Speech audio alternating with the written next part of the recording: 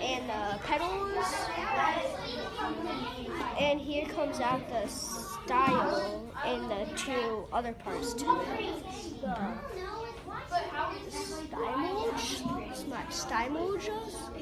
Stigmas?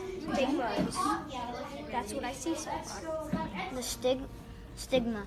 The part of the pistil where pollen germinates, it receives the pollen.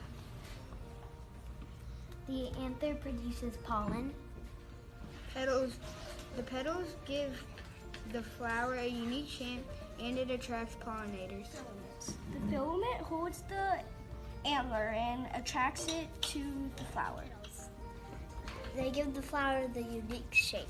The anther produces pollen. Sepal are leaf-like parts that protect the flower while it blossoms. The petals give the flower a unique shape and attracts pollinators. The peduncle is the scientific word or name for the stem or the stalk of the flower. An ovule is a seed egg. When it's fertilized, it will grow into a seed. In a fruit plant, it will grow into the surrounding fruit as well.